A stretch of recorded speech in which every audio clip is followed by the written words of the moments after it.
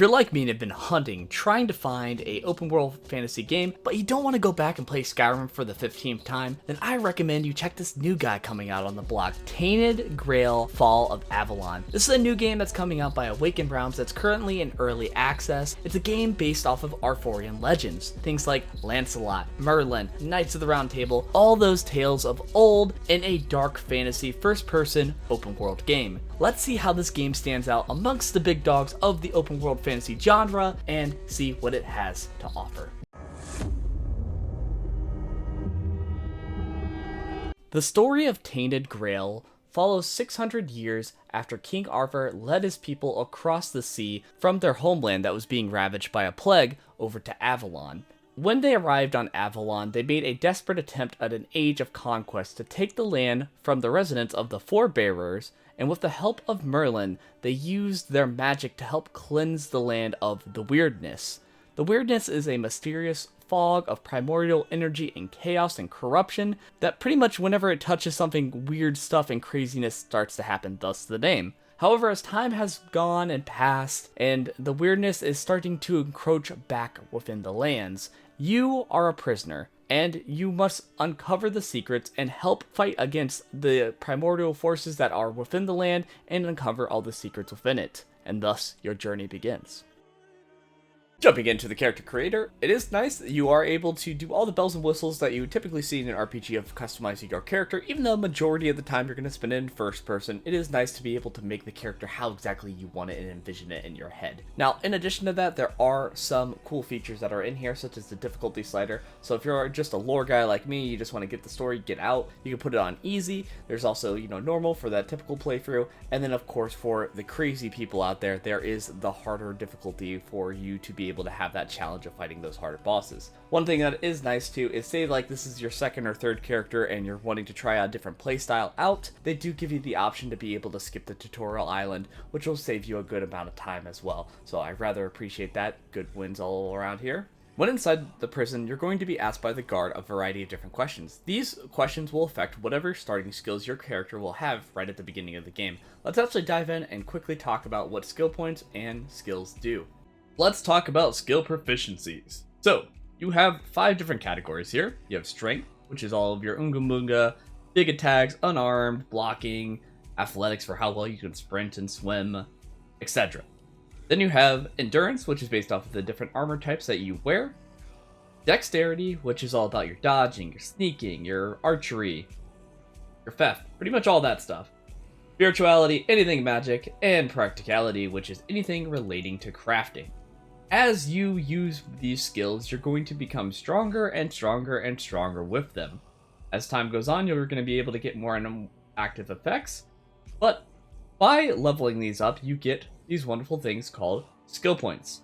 And these skill points, you can toss them into a variety of different things here, such as strength, which allows it to make it to where you can deal more damage and be able to knock them out or kind of strain them. Endurance, which is all about, obviously, more health, surviving, getting better healing. Dexterity, all about how quickly you attack, how quickly you can dodge.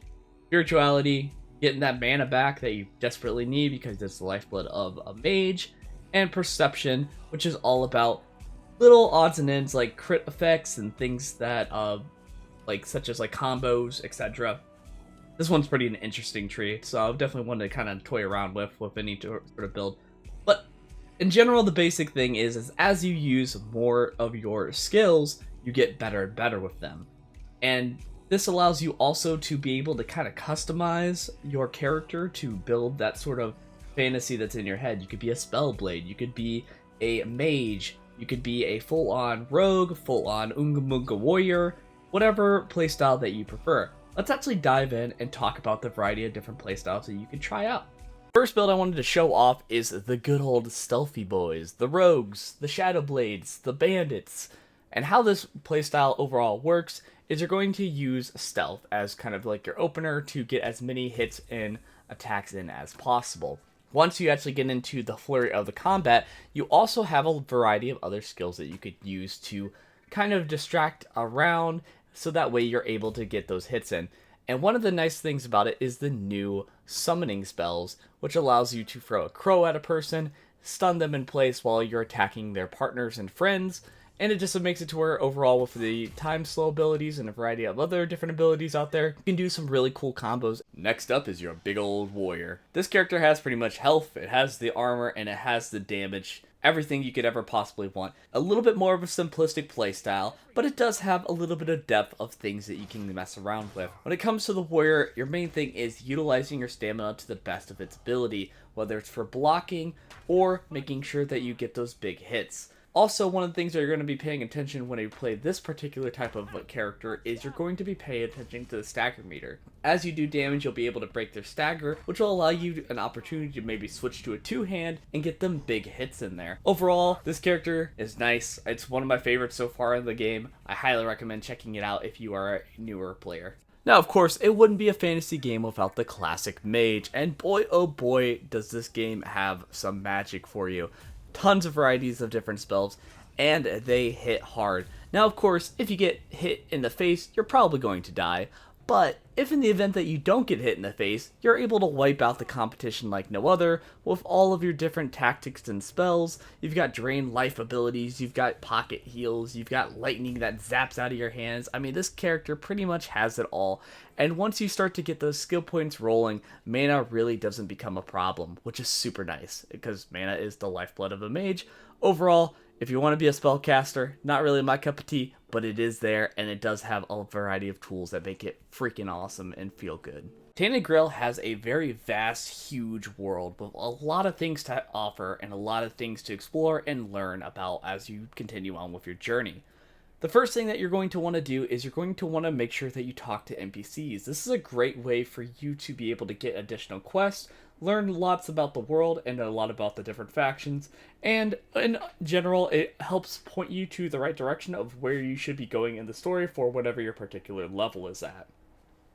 While exploring without in the world, you're going to want to get these fast travel points. Fast travel points are going to make it so much easier for traveling across the map, as you don't want to have to ride a horse or by foot all the way to the other side of the map, as that can be a lengthy journey and make you take additional damage and use a lot more resources that you typically don't want to do.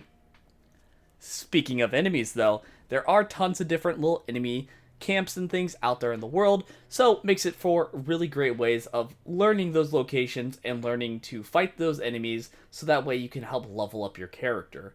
However, as time goes on, they're going to find these outposts and dungeons and giant creatures within the world that if you fight, they're going to be a little bit more of a challenge you're going to notice. But in addition to that, they do have the most fattest loot out there. So you're going to want to make sure that you challenge yourself a little bit so that way you can get this powerful loot and make it to where your character is overall a lot stronger.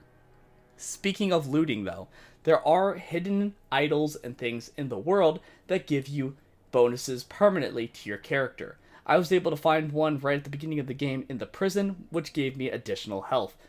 And over time, as I stacked up more and more of these, my character was getting more and more stronger, which is awesome to have. It has, hey, any sort of boost to your character is much needed. Now that I've shown you what the game has to offer, and with a lot of the different builds and things out there to get you started on this journey, I was trying so hard to avoid spoilers, but I do want to talk about what is coming next in this game. Right now, they're going to be having their 7.0 patch, which is the Connacht Rebellion. I think that's how you pronounce it. I'm not the best at pronouncing things. I'm sorry to anybody that has the correct pronunciation.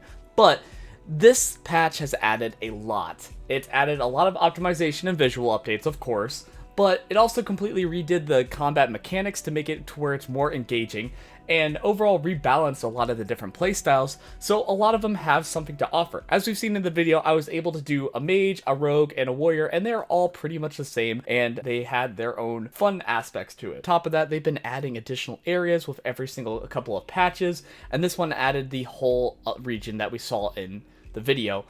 I'm very excited to see what this game has to offer. It's still in early access, and it's already kicking butt and doing some amazing work. Also, be sure to check out some of this artwork that they showed me of some of the different weapons and things and areas and assets that they've been working on. I think this team's been doing a lot of great work, and I definitely think it should be on your roadmap, on your wish list, and something you should check out in the future. We're definitely going to do some updates as time goes on. Obviously, we gotta wait and give times for the devs to cook, but I think that they're doing a really good job with this game. Anyways, I want to thank you guys for watching. make sure to follow me on Twitter, because on Twitter we're going to be doing a giveaway for this game. So anyways, thank you guys for watching, and I'll see you guys next time.